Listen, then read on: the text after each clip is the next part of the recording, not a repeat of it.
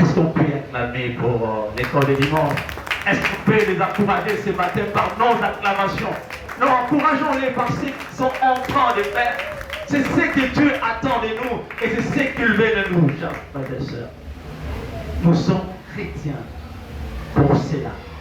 Nous sommes sauvés, rachetés pour cela. Alors ce matin, nous allons voir la vie d'un homme que Christ a délivré, que Christ a déchaîné, que Christ a transformé. Et cet homme a été bouleversé. Cet homme s'est levé. Cet homme s'est engagé à prendre. Alors nous allons lire dans l'évangile selon Actes, le premier verset jusqu'au 21 verset. C'est un long texte. Nous allons les lire. Est-ce qu'un frère ou une sœur peut nous aider à faire la lecture de ces textes? Marc chapitre 5, versets 1 à 20.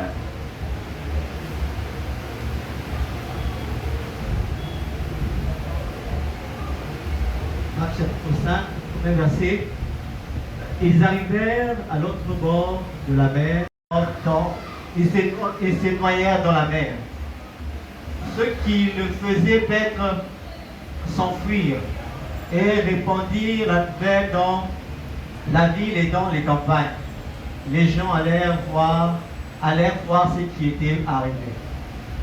Ils vinrent auprès de Jésus et ils virent les démoniaques, celui qui avait eu la légion, assis, vêtu et dans son bon sens, et ils furent saisis de frayeur. Ceux qui avaient vu ce qui s'était passé leur racontèrent ce qui était arrivé aux démoniaques et aux pourceaux. Alors ils se mirent à supplier Jésus de quitter leur territoire. Comme il montait dans la barque, celui qui avait été démoniaque lui demanda la permission de rester avec lui. Jésus ne le lui permit pas, mais il lui dit: va dans ta maison, vers le tien, et raconte-leur tout ce que le Seigneur t'a fait et comment il a eu pitié de toi. Il s'en alla et s'est mis à publier dans la Décapole tout ce que Jésus avait fait pour lui. Et tous furent dans l'étonnement. Est-ce qu'on peut acclamer la parole de Dieu? Amen. Alléluia. Cet homme était possédé. Cet homme était abandonné de tous. Cet homme était oublié. Cet homme n'avait plus de malheur, plus d'essence. Mais lorsqu'il a rencontré, sa vie a été bouleversée.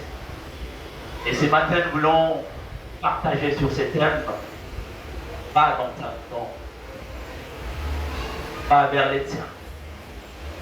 Et la suite, je ne sais pas ce que le Saint-Esprit va t'inspirer ce matin pour compléter la suite de ces thèmes. Mais pour cet homme, Christ l'a dit, va dans ta maison, va vers les tiens. Pourquoi? Pour leur dire tout ce que le Seigneur a fait pour toi. Alléluia. Amen. Pour lui, il a dit, va dire, va raconter à ta famille, à ta maison, vers les tiens, ce que j'ai fait pour toi. Comment j'ai eu pitié de toi.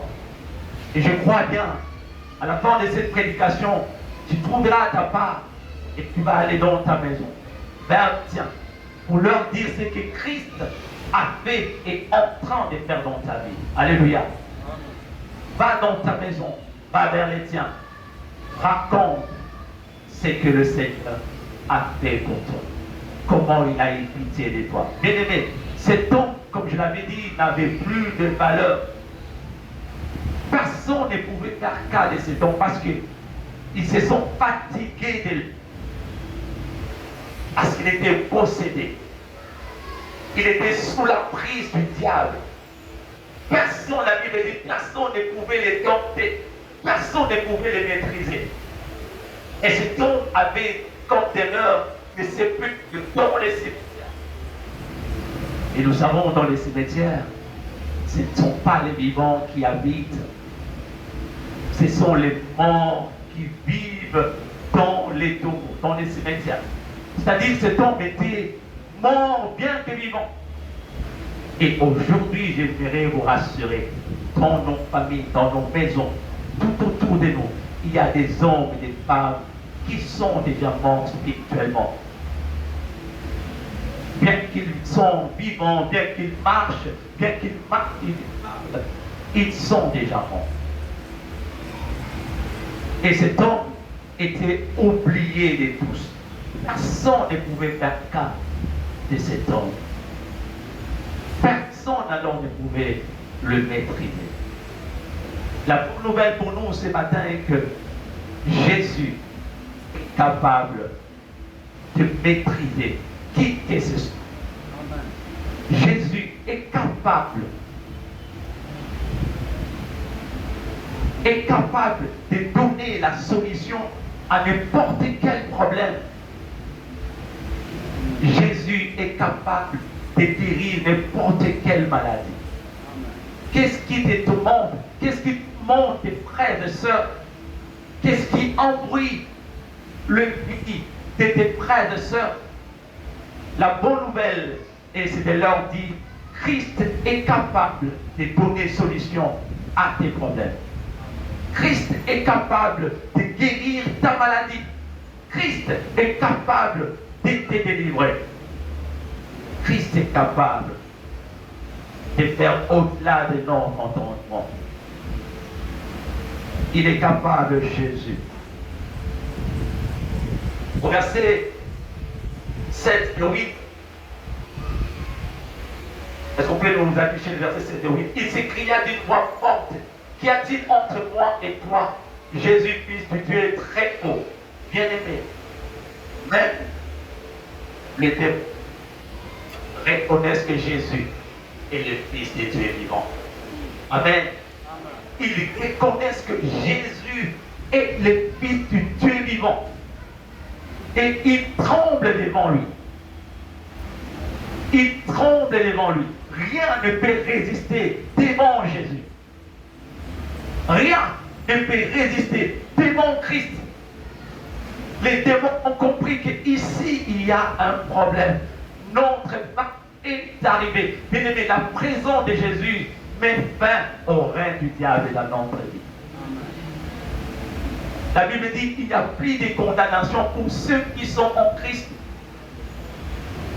C'est Jésus qui délivre. Les démons reconnaissent que non, celui-ci, il est le Fils de Dieu. Et ils ont tremblé devant lui. Ils ont eu peur parce qu'ils ont compris qu'ici, nous n'avons plus le pouvoir. Alléluia. Alléluia. Même les démons connaissent Jésus, qu'il est le Fils de Dieu. Et ils tremblent devant lui. Ils ne peuvent pas résister devant Jésus. Alléluia. Ils connaissent leur sort, leur fin. Alléluia. Bien aimé, la présence de Jésus, comme je l'ai dit, c'est la vie et la paix. Alléluia. La présence de Jésus dans une vie, c'est il donne la vie et la paix. Il donne la vie et la paix. Et au verset 10, les démons, au verset 10, et il les priait instamment de ne pas les envoyer hors du pays. Ils reconnaissent le pouvoir de Jésus. Alléluia. Ils reconnaissent qu'il a le pouvoir de nous envoyer là où il veut. Ils connaissent qu'il peut nous envoyer dans les abîmes, là où il n'y a pas de vie. Et ils priaient, la Bible dit, ils priaient instamment de ne pas les envoyer hors du pays. Ils commencent à négocier avec Jésus. La bonne nouvelle pour nous ce matin est que pour ton salut, pour le salut de l'homme, Jésus ne négocie pas avec le diable. Pour ta délivrance, il ne négocie pas. C'est ta délivrance, c'est la vie pour toi, c'est le salut pour toi. C'est la guérison. Il ne négocie pas avec les diables. Il fait ce qu'il décide de faire. faire. Il réalise ce qu'il décide de faire. Il ne négocie pas avec les diables. Les démons le prièrent, ou il les priait actement de ne pas les envoyer hors du pays. Est-ce qu'on peut lire le verset 11 et 13, 11 à 13? Il y avait là vers la montagne un grand troupeau de pourceaux qui paissaient, et les démons les prièrent, disant, envoie-nous dans ces pourceaux, afin que nous entrions en eux. Il leur permit, et les esprits impurs sortirent et entrèrent dans les pourceaux, et les troupeaux se précipitant de pente escarpée mer. Il y en avait environ 2000, et ils se noyèrent dans la mer. Alléluia. Amen.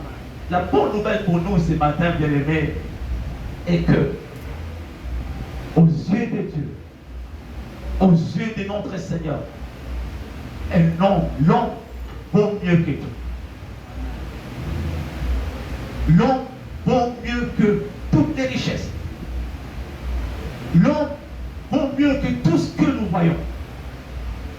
Dieu s'intéresse à l'homme. Tu as de la valeur aux yeux de Dieu.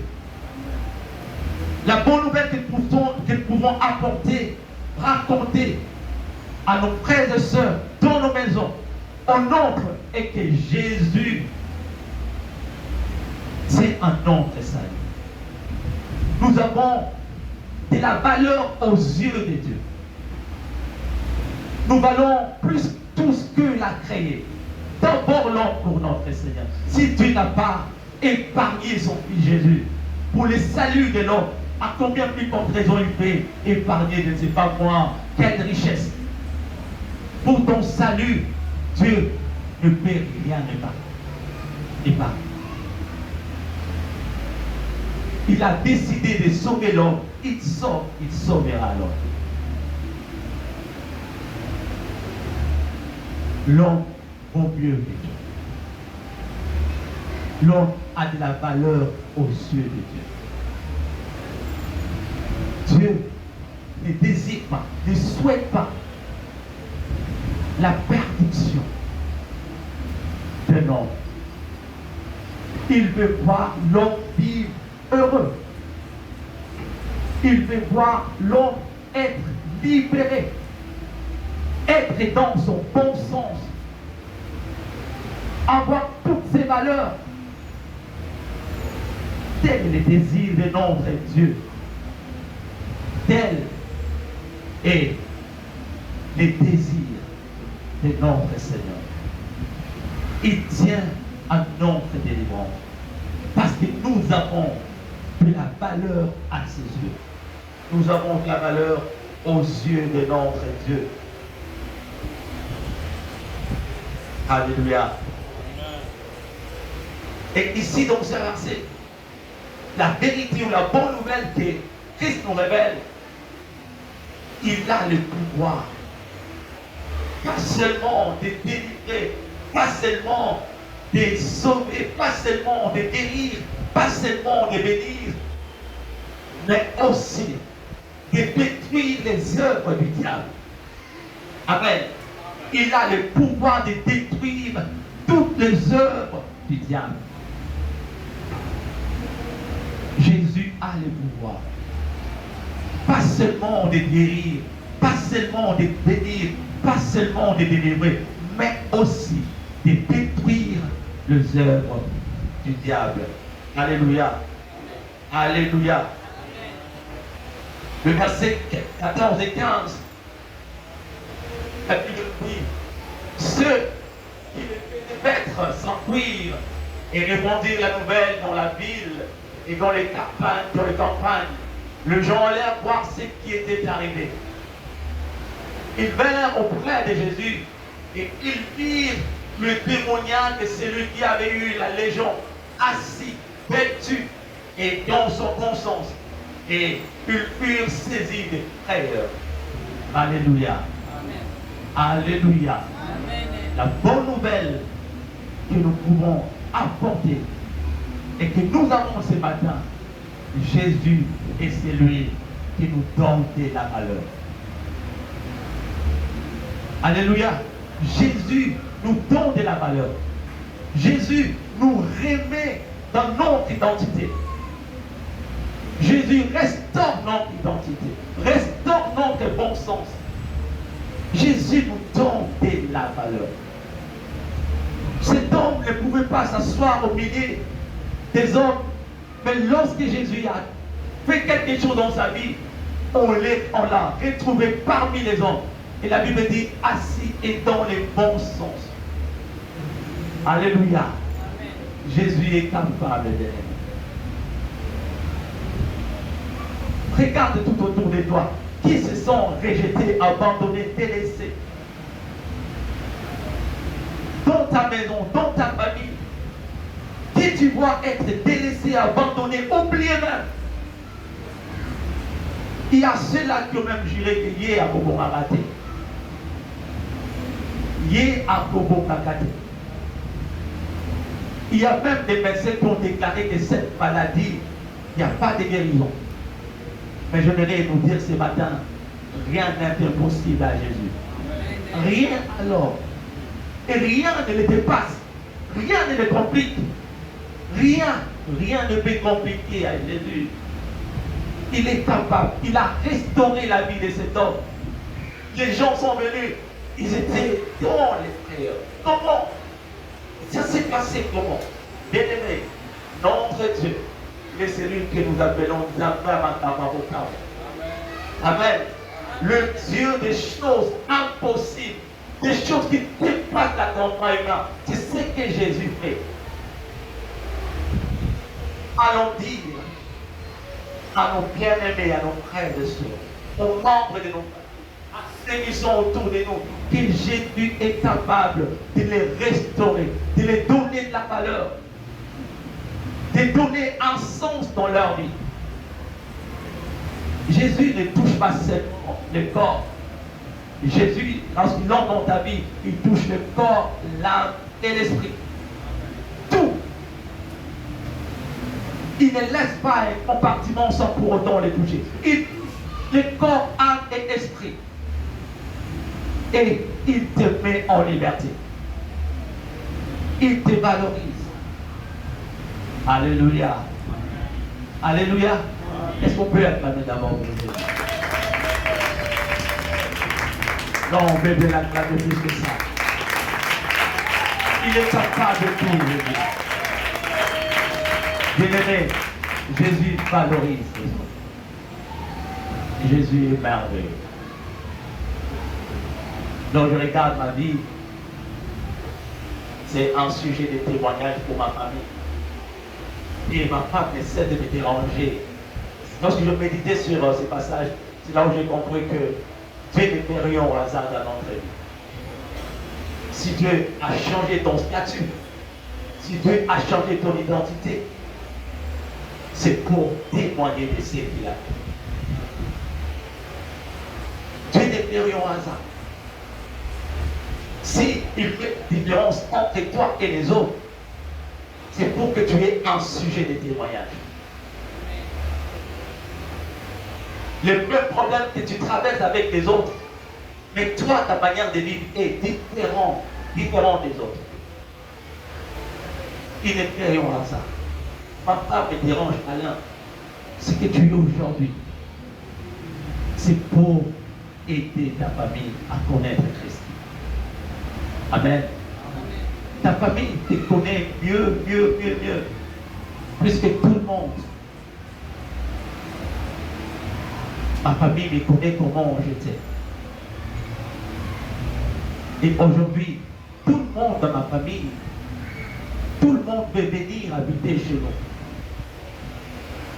Tout le monde veut venir chez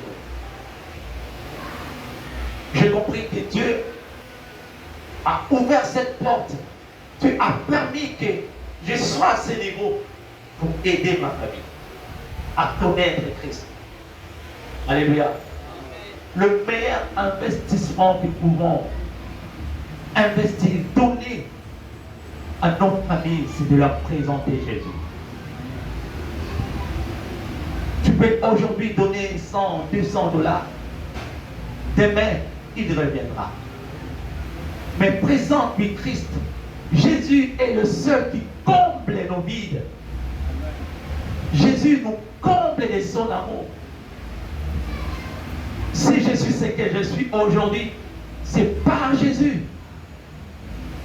C'est que aujourd'hui, c'est par Jésus. Et ça n'a effort n'a ôté. Non, c'est la grâce de Dieu. Et cette grâce est juste pour t'amener à dire aux autres que Jésus est capable. Que Jésus est capable. Tout ce qu'il fait, c'est juste pour un sujet de témoignage. Un sujet de témoignage. Je regarde dans mon travail. Il y a ceux-là depuis 2011 que j'ai trouvé dans ces mêmes grades jusqu'à présent. Ils sont toujours dans ces mêmes grades. Jusqu'à présent. Mais je regarde ce que Dieu a fait pour moi. Et j'ai compris que Dieu l'a fait pour que je leur dise, le secret, c'est Jésus. Les secrets, c'est Jésus. Mais franchement, là-bas, je me regarde. Je me dis, pourquoi seulement moi? Dans les stades techniques, dans notre service, je suis le seul. Ce n'est pas une raison pour moi de me taper la poitrine. Et je déclare ce que Christ fait pour moi. Je suis le seul qui a fait pas mal d'émissions de service. Le seul. Le seul. Et je suis le seul qui est parti faire une formation à l'étranger. Non, bien aimé, Jésus est bon. J'aimerais vous dire, il ne fait pas au hasard. Ce qu'il a fait pour toi, c'est un sujet pour toi de dire aux autres que Jésus pouvait faire pour toi également. Il le fait pour nous motiver encore à parler de lui. Il le fait pour nous pousser à déclarer tout haut sa fidélité, sa bonté. Bien-aimé, regarde ce que Jésus fait pour toi. Pourquoi tu peux garder silence? Pourquoi nous gardons silence? Pourquoi on doit nous pousser pour aller dire, proclamer ce que Christ a fait pour nous? Lèvons-nous et engageons-nous à proclamer le merveille de Dieu. Alléluia. Jésus est capable de tout. Jésus est capable de tout. Et ce qui est un peu drôle, un peu étonnant, n'est-ce pas, Jésus est venu pour sauver le monde. Amen. Jésus est venu pour que le monde, ceux qui auront pris en son nom, soient sauvés. Mais au verset 18, on peut lire le verset 18. Donc il montait de la barque, non, 17. Alors ils se mirent à supplier Jésus de quitter leur territoire. Quand il montait dans la barque, c'est lui qui avait été démontré et demanda la permission de rester avec lui. Et verset 17. Alors ils se mirent à supplier Jésus de quitter leur territoire. Et aussitôt, Jésus a plié ses bagages. Alléluia. Je me suis posé la question, pourquoi Jésus a pu laisser ces hommes et ces femmes dans leur incrédulité? Pourquoi Jésus, alors qu'il est venu pour que ces hommes et ces femmes aussi croient en lui, afin qu'ils soient sauvés? Pourquoi il les a laissés? Parce qu'ils ont supplié à Jésus, non, on ne veut plus de toi, tu peux quitter notre territoire. Pourquoi? Parce qu'ils ont perdu leur richesse. Ils ont perdu leur richesse. Ils sont attachés à leur richesse. Ils sont attachés au plaisir du monde. Ils sont attachés aux choses qui passeront. Ils n'ont pas voulu de Jésus. Mais pourquoi Jésus a accepté de quitter ces territoires? Le verset 18. Comme il montait dans la barque, celui qui avait été démoniaque lui demanda la permission de rester avec lui. Bien-aimé, Jésus a accepté de partir. Il était parti, mais il a laissé un témoin. Amen. Il a laissé un témoin. Cet homme qui était sous l'emprise du diable, délivré, il est revenu dans son bon sens. C'est un témoin de Jésus pour proclamer les hauts faits de Jésus dans ces territoires. Amen. Il sait même si je pars, il y a quelqu'un que j'ai laissé ici. Il va faire le travail. C'est pourquoi cet homme demande à Jésus la permission. Maître, je peux être avec toi, je peux partir avec toi, je peux rester avec toi. Bien aimé, une vérité est que oui, il est bien de venir à l'église chaque jour. Il est bien d'être au pâturage chaque jour. Il est bien de suivre Jésus. J'aimerais nous dire, ici nous venons pour nous ressourcer. Ici à l'église nous venons pour nous recharger. Ici à l'église nous venons pour puiser tout ce qu'il faut pour aller les déverser dans nos maisons, dans nos familles, dans nos travails. Amen. Ici, nous venons juste pour nous recharger. Et le travail doit se faire dans nos maisons, dans nos familles, auprès des nôtres, auprès de nos frères et sœurs, auprès de ceux qui travaillent avec nous, auprès de tes clients. Amen. Tu as combien de clients? Ce sont des hommes et des femmes que Jésus te donne. Amen. Tu as combien de collègues qui sont autour de toi?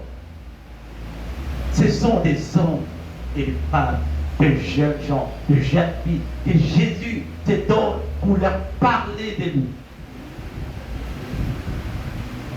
Jésus accepte de quitter les territoires, mais il laisse un témoin. N'est-ce pas aussi Jésus a quitté la terre des hommes, il est parti au ciel. Le travail n'était pas fini, n'est-ce pas? Mais il a juste terminé sa mission. Et après avoir terminé sa mission, il a légué le pouvoir. Il a transmis le pouvoir. Il a dit, vous serez maintenant. C'est à nous de continuer l'œuvre que Jésus a pu commencer. C'est à nous, frères et sœurs. Et ce qui est merveilleux, nous ne sommes pas seuls. Alléluia. Dans ce travail, dans cette mission, nous ne sommes pas seuls. Nous sommes avec Jésus. Car il a dit, je serai avec vous jusqu'à la fin du temps. Quelle assurance! Lorsque tu proclames la bonne nouvelle, sache-le, tu ne le fais pas seul. Tu es avec Jésus. Amen. Tu es le témoin de Jésus-Christ dans ta maison, dans ta famille, dans ton entourage. Et le verset, Jésus ne lui permet pas, mais il lui dit, va dans ta maison, vers les tiens, et rencontre-leur tout ce que le Seigneur t'a fait et comment il a eu pitié de toi. Ça, c'est l'histoire de cet homme. Et il n'y a que cet homme qui peut bien exploiter et expliquer son histoire. Amen. Bien aimé, ce qui est étonnant, cet homme, c'était sa première rencontre avec Jésus. Il n'avait aucune expérience avec Jésus. Il n'avait pas une connaissance profonde de Jésus. Mais à un seul contact, cet homme a été bouleversé. Et cet homme, même s'il a demandé à Jésus de rester avec lui, et Jésus ne lui avait pas permis. Et qu'est-ce qu'il a fait? Est-ce qu'il a insisté? Et cet homme a insisté? Non. Le verset 20, qu'est-ce que cet homme a fait? Il s'en alla et s'est mis à publier dans la Décapole tout ce que Jésus a fait pour lui. Et tous firent dans l'étonnement. Cet homme n'a pas hésité. Cet homme n'a pas hésité. Il s'est regardé en lui-même. Cet homme a fait de moi ce que personne ne pouvait le faire. Ce que cet homme a réalisé dans ma vie, personne ne pouvait le réaliser. Bien-aimés, ce qui nous manque, c'est l'obéissance aux ordres de Christ. Lorsque nous obéissons aux ordres que Jésus nous donne, il nous capacite. La Décapole, c'est une ligue des divines. C'est qu'il a commencé dans sa maison, il a commencé dans sa famille et il est allé ça et là pour proclamer la bonne nouvelle. Comment Christ a eu pitié de lui. Ce que Jésus a fait dans ta vie. Peut-être ce matin tu te poses la question ou tu te dis, le frère Alain parle de cet homme, mais moi je n'ai rien expérimenté jusque-là. Je ne vois rien dans ma vie. Tu es enfant de Dieu réellement. Sache que Christ a fait quelque chose dans ta vie. La Bible dit, si quelqu'un est en Christ, il est devenu une nouvelle créature. Les choses anciennes sont passées et voici toutes choses sont devenues nouvelles. Et ce que tu as à dire dans ta maison, vers les tiens, c'est de leur dire le passé là, ce que tu étais. Tu peux tout oublier ce matin dans tout ce que je viens de déclarer et de dire en Seigneur. Mais n'oublie pas ce que Jésus, tu ne peux pas oublier, je le crois, ce que Jésus a fait dans ta vie. Le passé qui est réellement passé. Qui étais-tu? Et qui tu es maintenant? Une nouvelle créature. Parle de cela. Comment Jésus a transformé ta vie. Comment Jésus a valorisé ta vie. Bien-aimé, on peut bien aller parler dans le lieu public. Mais le lieu le plus important, je vais le dire, c'est nos maisons. Là, c'est possible de gagner. Nos familles, c'est possible encore de gagner beaucoup d'âmes. Parce qu'ils vivent avec toi. Ils te connaissent bien. Et lorsqu'ils voient les changements, la transformation, ils croient. Amen. Bible dit, crois au Seigneur Jésus-Christ. Tu seras sauvé, toi et ta famille. Comment la famille doit être sauvée si nous ne leur parlons pas de Jésus? Ce n'est pas un petit contact. Mais il faut parler, il faut présenter Christ. Amen. Il faut parler, présenter Christ. Dire tout ce que Jésus a fait et a accompli dans ta vie.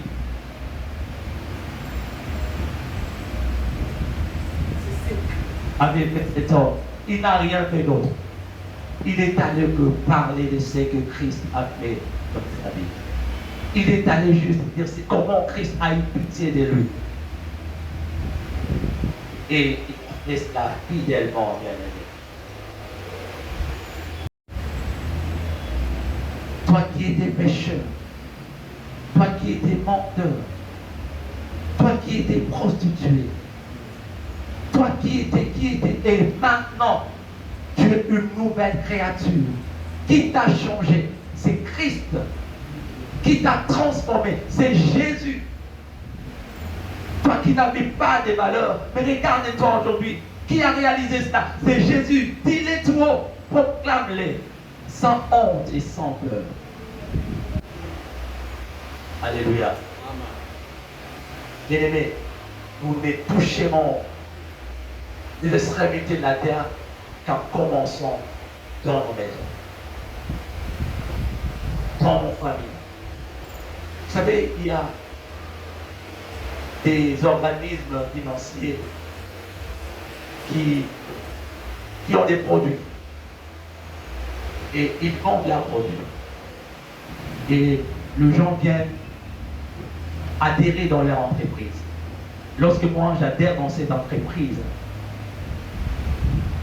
j'ai un bénéfice. Et je veux parler de cette entreprise, de cet organisme, lorsqu'une autre personne vient adhérer en cette entreprise, j'ai un quota qui est réservé pour moi dans ce que lui gagne. Amen. Dans ce que lui est en train de gagner, on me réserve un quota. Si celui qui a gagné aussi adhère, c'est que lui, c'est que la première personne gagne, la deuxième personne gagne, on me réserve des quotas. Est-ce que vous pouvez comprendre? Donc moi j'adhère, je vais parler de cette entreprise, le diable de trésor vient adhérer, il va commencer à gagner quelque chose. Parce qu'il va vendre les produits, il gagne quelque chose. Et dans ce que lui gagne là, le bénéfice qu'il a, j'ai une partie qui est réservée pour moi. Et c'est une chaîne. C'est pareil avec l'évangélisation. Je parle, l'autre parle. Et ce qui est merveilleux, tu as prêché, tu as parlé de Jésus à une seule personne. Cette personne a donné sa vie à Jésus. La Bible dit quoi? Il y a la fête aussi. Qui organise la fête? La fête est organisée pour qui? Pour toi qui as permis que cette personne vienne au Seigneur. Et au fur et à mesure qu'on est en train d'organiser des fêtes pour la personne que tu as gagné, lui a gagné, donc tu fais partie de cet honneur. Mais commençons dans nos maisons. Commençons dans nos familles. Parlons de Jésus là où nous vivons. La Bible dit, nous sommes la lumière du monde. Ici à l'église, nous n'allons pas nous éclairer, nous allons éclairer le monde. Nous sommes des ailes de la terre. Apparemment, nous sommes en train de nous salisser nous-mêmes. Non, la vie salée, yo, ils sont salés. Non, non, nous devons aller donner du goût aux autres de venir à Jésus. Ici, comme je l'ai dit, nous venons nous ressourcer, nous venons nous recharger, nous venons puiser tout ce qu'il faut pour aller le déverser dans nos maisons, dans nos familles, dans notre entourage, là où nous travaillons, là où je fais mes activités. C'est là, c'est pas bien. C'est là. Et malgré et ta bonté, à fidélité, je dirai tout haut, tout haut, tout haut, c'est que tu as fait pour moi. J'ai proclamé la gloire de ton nom. Je parlerai de toi.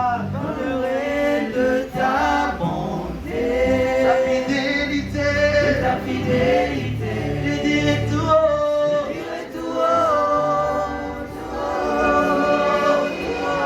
tout ce que tu as fait pour moi, j'ai proclamé.